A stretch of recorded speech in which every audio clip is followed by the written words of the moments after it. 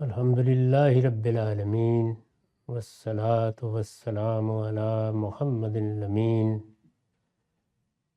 اعوذ باللہ من الشیطان الرجیم بسم اللہ الرحمن الرحیم۔ خواتین و حضرات، ہم سورہ بنی اسرائیل کی آیت 60 سے درس کی ابتدا کر رہے ہیں۔ اس سے پیچھے یاد ہوگا کہ قریش یا اس سورہ کے مخاطبین بار بار نشانی کا مطالبہ کر رہے ہیں۔ اس پر کئی پہلوؤں سے تبصرہ کیا ہے۔ وہی مضمون آگے بڑھا اور فرمایا کہ تنبیہ اور تخویف یہی نشانیاں دکھانے کا مقصد ہو سکتا ہے۔ وہ آخری نشانی نمودار ہو جائے جس کے بعد کسی کے لیے کچھ کہنے کی گنجائش ہی نہ رہے، یہ تو اللہ کا طریقہ نہیں ہے۔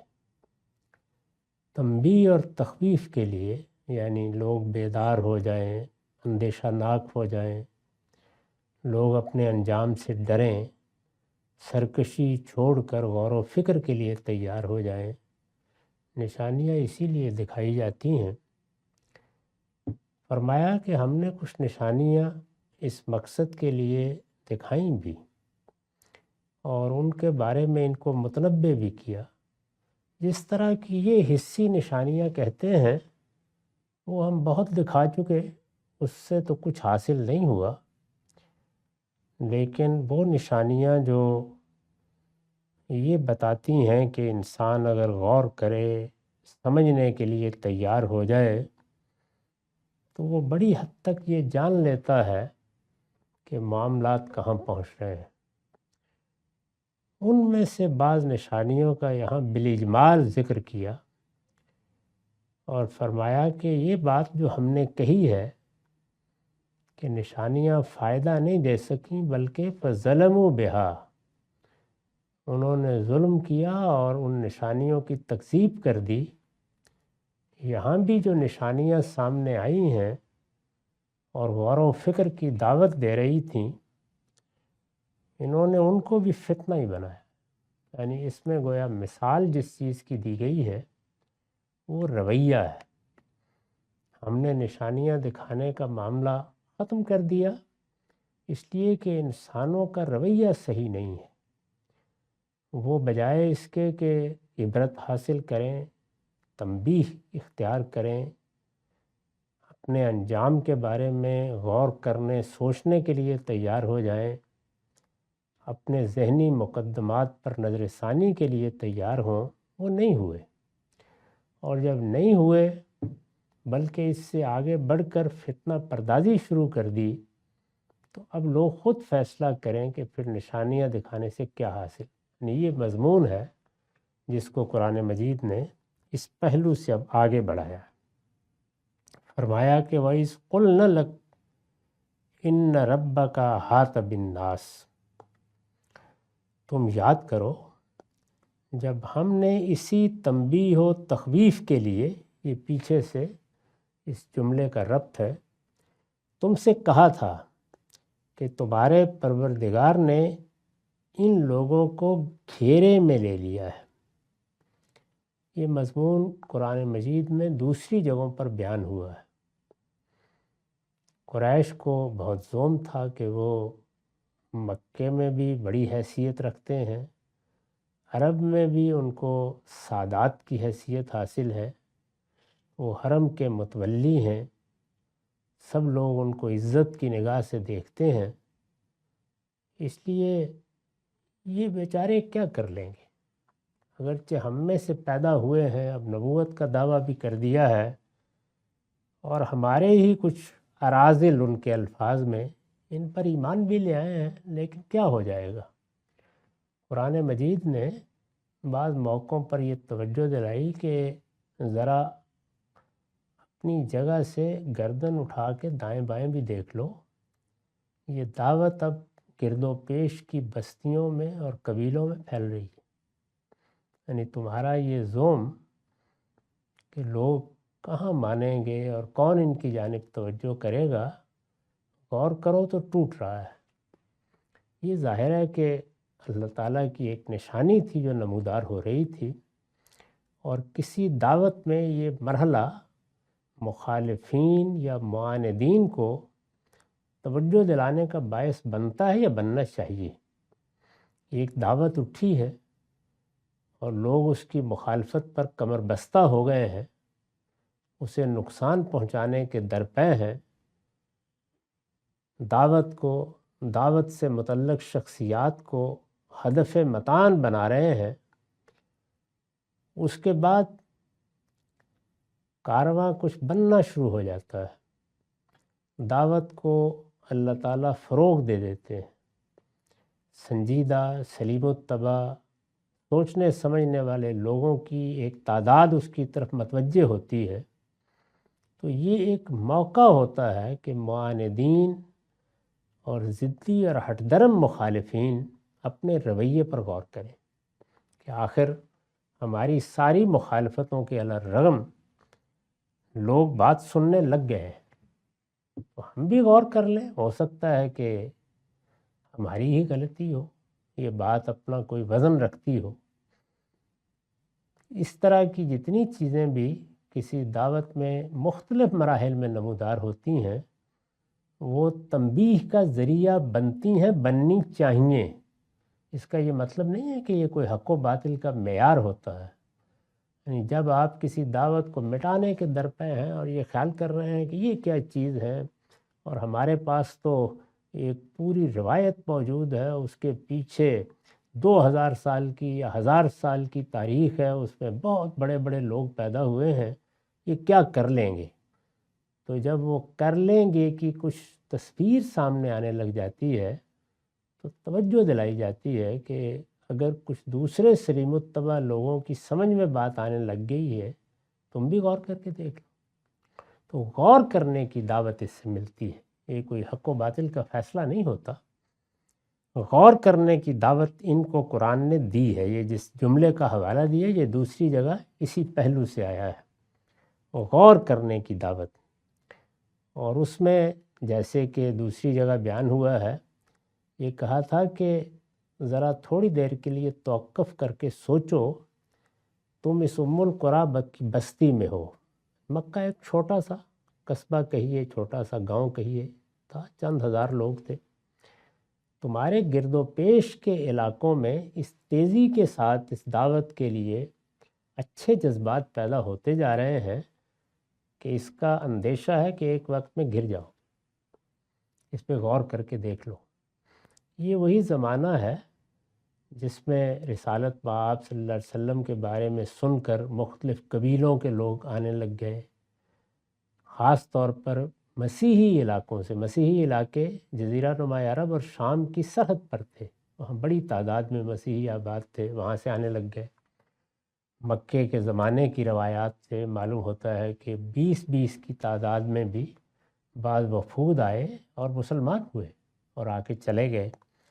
یہ صورتحال جب پیدا ہونا شروع ہو گئی تو قرآن نے اس کو اس طرح تعبیر کیا، سورہ رعد میں، سورہ انبیاء میں، 2 جگہ اس کو اس طرح تعبیر کیا کہ ہم تمہاری اس سرزمین کو کم کر کے تمہاری طرف بڑھ رہے ہیں۔ ایک تصویر ان کے سامنے رکھی، یہ اس کا حوالہ دیا ہے۔ اب پیش نظر کیا تھا؟ یہ کہ اس سے فائدہ اٹھائیں، اس سے خبردار ہوں، سوچنے کے لیے آمادہ ہوں، معاندت کا رویہ ترک کر کے غور و فکر کریں، استدلال کے ساتھ بات سمجھنے کی صحیح کریں۔ نہیں ہوئے تیار تو قرآن نے کہا کہ تم یاد کرو جب ہم نے اسی تنبیہ و تخویف کے لیے تم سے کہا تھا، وہی سورہ رعد میں، سورہ انبیاء میں، کہ تمہارے پروردگار نے ان لوگوں کو گھیرے میں لے لیا ہے۔ یعنی گرد و پیش میں یہ دعوت پھیل رہی ہے اور یہ اس کے گھیرے میں آتے جا رہے ہیں، یہ زیادہ دیر نہیں گزرے گی کہ تنہا رہ جائیں گے۔ یہی ہوا بھی، یعنی فتح مکہ سے پہلے یہی صورتحال ہے جس نے گویا پورے عرب کا احاطہ کر لیا تھا۔ پھر قریشی کو آخری فیصلہ کرنا تھا اور وہ انہوں نے کیا۔ تو فرمایا کہ جب ہم نے یہ کہا یا اس جانب توجہ دلائی تو یہ کیا کر رہے تھے، یعنی کیا اس کے بعد غور کرنے کے لیے تیار ہوئے، کیا اس سے ان کو توجہ ہوئی، کیا یہ اس کے بعد استدلال کے ساتھ بات سننے کے لیے آمادہ ہو گئے؟ فرمایا یہ اس کا مذاق اڑا رہے، یعنی اس وقت بھی یہ ان کے مذاق ہی کا ہدف تھا۔ میں نے لکھا ہے یہ ان آیات کی طرف اشارہ ہے جن میں اللہ تعالیٰ نے یہ خبر دی کہ سرزمین مکہ کو اب ہم اس کے اطراف سے کم کرتے ہوئے اس کی طرف یعنی مکے کی طرف بڑھ رہے ہیں۔ انہی الفاظ میں یہ بیان ہوا ہے دوسری جگہ۔ یہ اس انجام کی صریح پیشین گوئی اور اس کے حوالے سے قریش کو تنبیہ تھی جس سے وہ فتح مکہ کے موقع پر دوچار ہوئے، یعنی یہ بتا دیا گیا تھا کہ ایسے ہوگا، گرد و پیش میں یہ دعوت پھیلتی چلی جائے گی، مختلف جگہوں پر لوگ ایمان لاتے چلے جائیں گے اور پھر تم بالکل ایمان والوں میں گر کر رہ جاؤ گے۔ ایک وقت آئے گا، وہ وقت پھر فتح مکہ کے موقع پر آیا۔ یہ اس کی شروعات ہیں جس کا حوالہ دیا ہے۔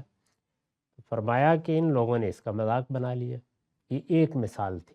پھر فرمایا کہ وَمَا جَعَلْنَا الرُّؤْيَا الَّتِي أَرَيْنَاكَ إِلَّا فِتْنَةً لِلنَّاسِ، اور ہم نے جو رویا تمہیں دکھایا اس کو بھی ہم نے ان کے اسی رویے کی وجہ سے ان لوگوں کے لیے بس ایک فتنہ بنا کر رکھ دیا۔ یعنی رویا جس کا ذکر اسی سورہ کی پہلی آیت میں آیا ہے، اس کو ہمارے ہاں عام طور پر اسراء یا معراج سے تعبیر کیا جاتا ہے۔ یہ رسالت مآب صلی اللہ علیہ وسلم کو رویا دکھایا گیا جس میں آپ نے دیکھا کہ آپ کو مکے سے بیت المقدس تک لے جایا گیا ہے اور وہاں اللہ تعالیٰ نے اپنی کچھ نشانیاں دکھائی ہیں۔ میں نے وہاں بتا دیا تھا کہ وہ نشانیاں یہ تھیں کہ صرف اتنا ہی نہیں ہوگا کہ جزیرہ نمائے عرب میں اسلام کا غلبہ قائم ہو جائے گا، صرف یہی نہیں ہوگا کہ قریش کی طاقت ختم ہو جائے گی، صرف یہی نہیں ہوگا کہ گرد و پیش کے علاقوں میں یہ دعوت پھیل جائے گی، بلکہ یہ جزیرہ نمائے عرب کی سرحدوں سے باہر نکلے گی اور اس سے پہلے 2-2.5 ہزار سال تک جو حیثیت فلسطین کو حاصل رہی ہے وہ جزیرہ نمائے عرب کو حاصل ہوگی، اور خود فلسطین کی امانت بھی محمد الرسول اللہ اور ان کے ساتھیوں کے سپرد کر دی جائے۔ یہ اس موقع کے اوپر دکھا دیا گیا۔ اسی کو بعض دوسری روایتوں میں رسول اللہ نے اس طرح بیان کیا ہے کہ مجھے یہ دکھایا گیا کہ جیسے جزیرہ نما عرب کے گرد و پیش میں مشرق مغرب تک پھیلی ہوئی زمین کو لپیٹ کر میرے حوالے کر دیا گیا ہے۔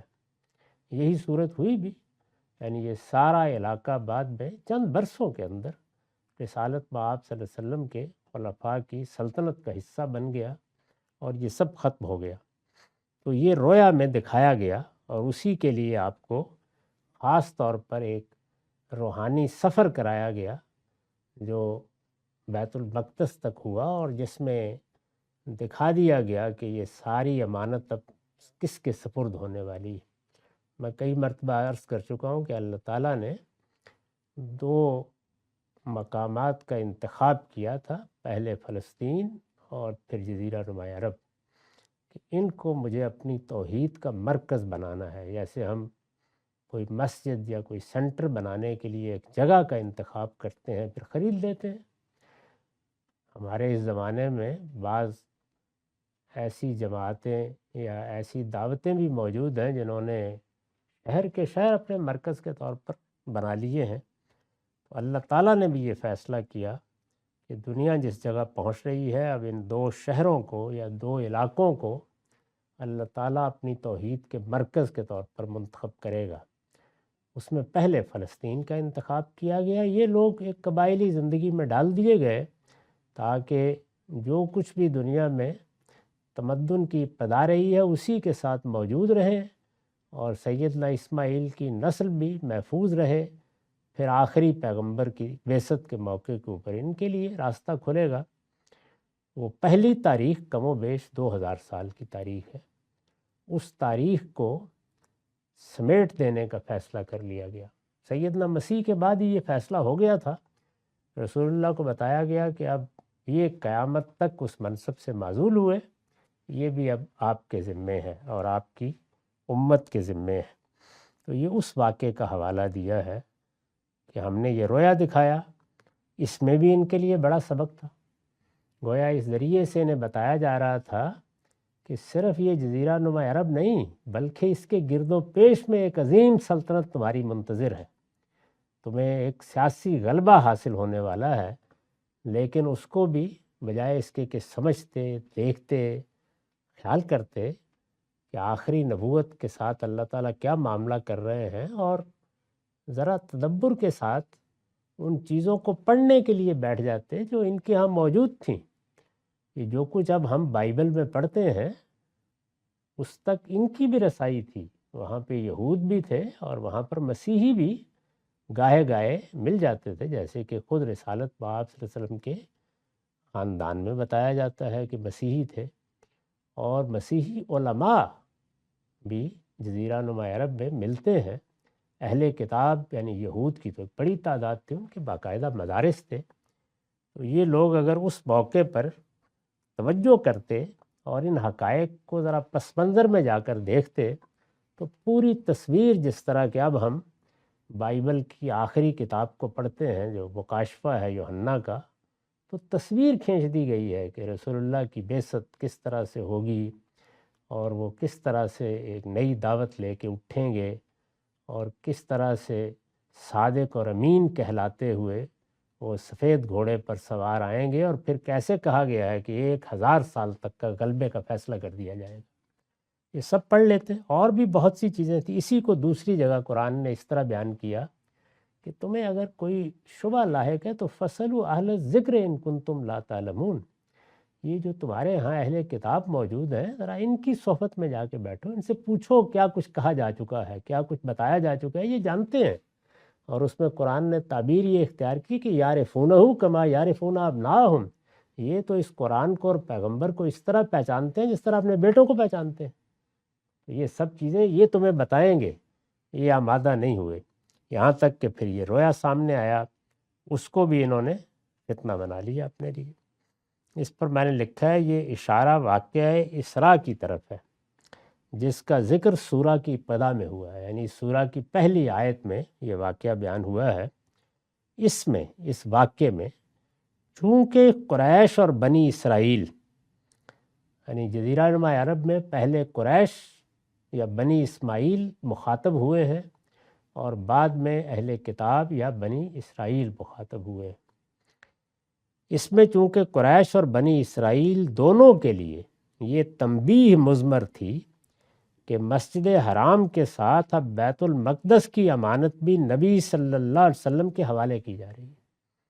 یعنی یہ رویا یہ بتا رہا تھا کہ بنی اسرائیل کے لیے اب بنی اسرائیل کی حیثیت سے، یا یہود کے لیے یہود کی حیثیت سے، یا موسیٰ علیہ السلام کے پیرووں کے لیے اب اپنی اس حیثیت میں دنیا کی امامت کا موقع ختم ہو گیا۔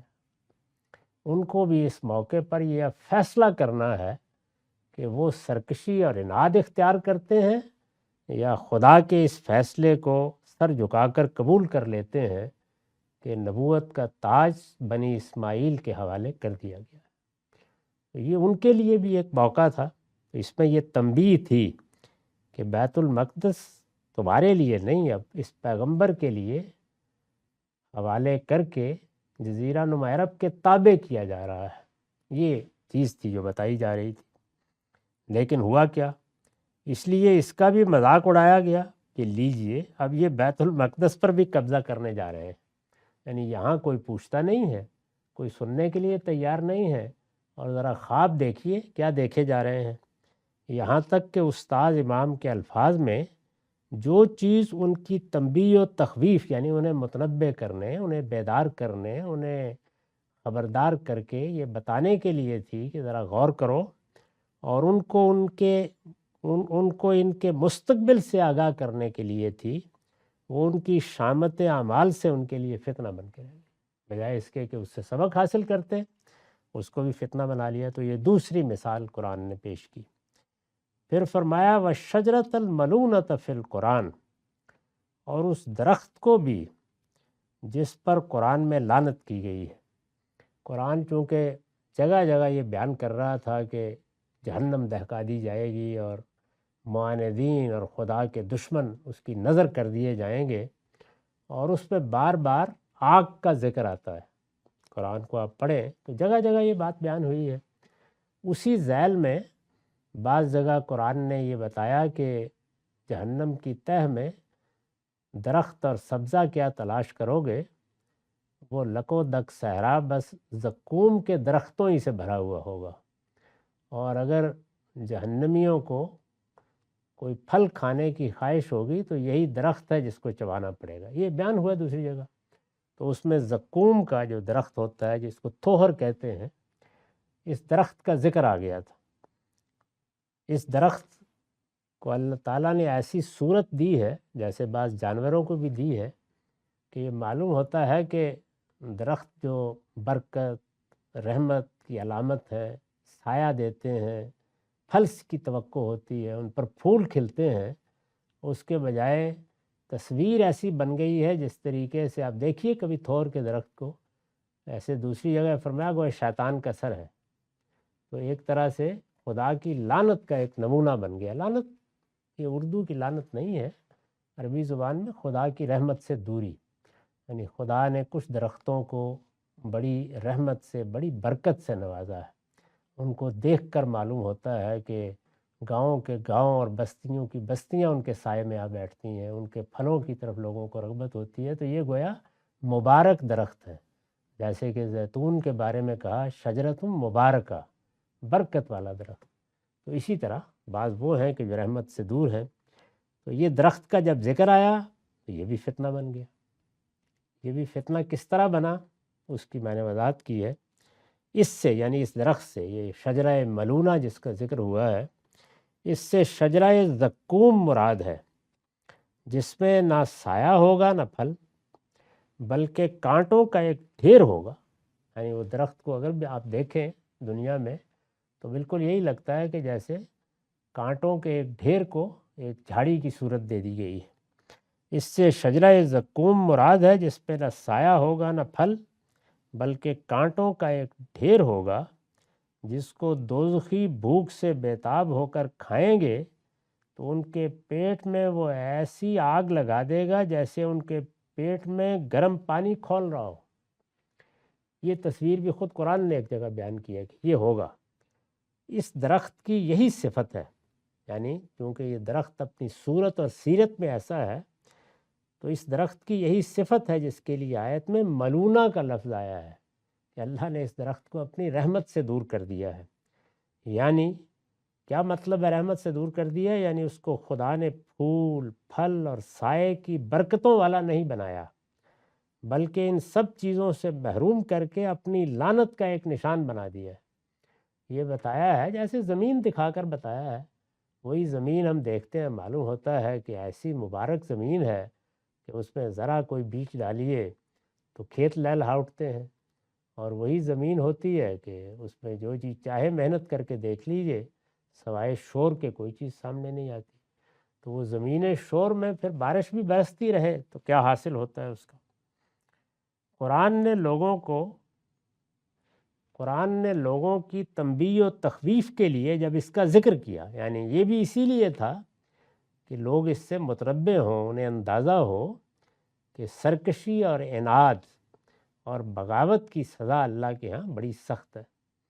یہ میں کئی بار توجہ دلا چکا ہوں کہ ندامت اور کوتاہی کے احساس کے ساتھ بندوں کے لیے اللہ کی صرف شفقت اور رحمتی کی بشارت دی گئی ہے، لیکن سرکشی اور عناد نہ دنیا میں اللہ تعالیٰ کے قانون میں قابل قبول ہے، نہ آخرت میں، وہاں بھی اس کی بڑی سخت سزائیں ہیں۔ قرآن نے لوگوں کی تنبیہ و تخفیف کے لیے جب اس کا ذکر کیا، یعنی یہ ذکر کیا کہ اس طرح کے درخت ہوں گے، یعنی جہنم میں اور جنت میں یہ تقابل کیا، تو قریش کے لال بجھکڑوں نے اس کو بھی استہزاء کا موضوع بنا لیا، بجائے اس کے کہ اس سے سوچنے پہ آمادہ ہو گئی۔ سب باتیں لوگوں کو سوچنے پر آمادہ کرنے کے لیے بتائی جا رہی تھیں، لیکن انہوں نے استہزاء کا مذاق کا موضوع بنا لیا اور کہا کہ ذرا اس شخص کو دیکھو، ایک طرف کہتا ہے کہ دوزخ میں ایسی آگ ہوگی جو پتھروں کو جلا دے گی، اور دوسری طرف اسی زبان سے خبر دے رہا ہے کہ وہاں درخت بھی اگتے۔ تو اس کو مذاق کا موضوع بنا لیا انہوں نے، یہ سوچے سمجھے بغیر کہ وہ کس دنیا کی باتیں ہو رہی ہیں۔ تو یہ قرآن نے 3 مثالیں پیش کر کے بتایا کہ یہ نشانیاں جب تمہارے سامنے آئیں اور مقصد یہ تھا کہ تم غور کرو، استدلال کی طرف توجہ کرو، بات سمجھنے کے لیے تیار ہو، تو اس سے کیا تم نے فائدہ اٹھایا؟ ذرا غور کر کے دیکھ لو، تم نے ان کو فتنہ بنایا، تم نے ان کو ہدف متعین بنایا، تم نے ان کو استہزاء کا اور مذاق کا نشانہ بنایا۔ تو اگر یہی تم نے کیا ہے تو اور نشانیاں سامنے آ جائیں گی تو کیا پھر مان لو گے؟ یہ جواب دیا ہے اس مطالبے کا جو پیچھے بیان ہوا تھا کہ کوئی نشانی دکھائیے پھر ہم مان لیں گے۔ فرمایا وَنُخَوِّفُهُمْ، ہم تو ان کے انجام سے انہیں ڈرا رہے ہیں، یعنی ہمارے پیش نظر تو یہ ہے کہ ان کے لیے عدالت لگ گئی ہے، فیصلہ ہونے والا ہے، 2 دن میں یہ معاملہ ختم ہو جانا ہے، ہم تو ان کو خبردار کر رہے ہیں۔ لیکن جب ہم خبردار کرتے ہیں الفاظ سے، جب ہم خبر کرتے ہیں ان نشانیوں کی طرف توجہ دلا کے، تو اس کا نتیجہ کیا نکلتا ہے؟ فرمایا فما یزیدہم الا طغیانا کبیرا، لیکن یہ چیز ان کی سرکشی میں اضافہ کیے جاتی ہے، یعنی بجائے اس کے کہ توجہ کریں، یہ ایک کے بعد دوسرا قدم اٹھاتے چلے جاتے ہیں۔ اور یہ بالکل قطعی بات ہے، دنیا میں کبھی اس کا تجربہ کر کے دیکھ لیں کہ انسان اگر استدلال کی غلطی میں مبتلا ہو تو وہ جلد یا بتیر بات سننے سمجھنے کے لیے تیار ہو جاتا ہے، لیکن اگر وہ اپنے باطن میں کوئی غلط فیصلہ کر کے بیٹھ گیا ہو اور اس کے پیچھے کوئی ذاتی اناد کا جذبہ ہو، حسد کی بیماری باطن کا گھیراؤ کر لے، انسان کا کوئی تعصب حائل ہو جائے، تو پھر کچھ نہیں ہو سکتا۔ یعنی پھر ہوتا ہی ہے کہ ہر استدلال سرکشی کو بڑھاتا چلا جاتا ہے۔ اسی کو قرآن نے یہاں بتایا کہ ہم تو یہ چاہتے تھے کہ یہ چیزیں بیان کریں، تمہیں انذار کریں، خبردار کریں، لیکن ہوتا کیا ہے؟ تمہاری سرکشی اس سے اور بڑھ جاتی ہے۔ یہ سرکشی جب بڑھتی چلی جاتی ہے تو پھر وہاں نوبت پہنچ جاتی ہے جہاں قوم بالعموم پیغمبر کو ختم کر دینے کا فیصلہ کر لیتی، یعنی اب بہت تنگ کر رہے ہیں، روز کوئی نہ کوئی بات سنا دیتے ہیں، اب لوگ بھی کچھ ان سے متاثر ہونے لگ گئے ہیں، اب ان کا خاتمہ کر دینا چاہیے۔ ہر جگہ تاریخ میں یہی ہوا، یعنی جو مذہبی طبقات خاص طور پر محسوس کر لیتے ہیں تو یہی فیصلہ کرتے ہیں۔ سیدنا یحییٰ کے بارے میں دیکھیے، ان کا سر کاٹ کے ایک رقاصہ کے حضور میں پیش کر دیا گیا۔ بنی اسرائیل کے بعض دوسرے انبیاء کے ساتھ بھی یہی ہوا۔ آخر میں سیدنا مسیح آئے تو سارے مذہبی زعماء جمع ہو کر احتجاج کرنے کے لیے نکل کھڑے ہوئے کہ اس سے نجات حاصل کرنی ہے۔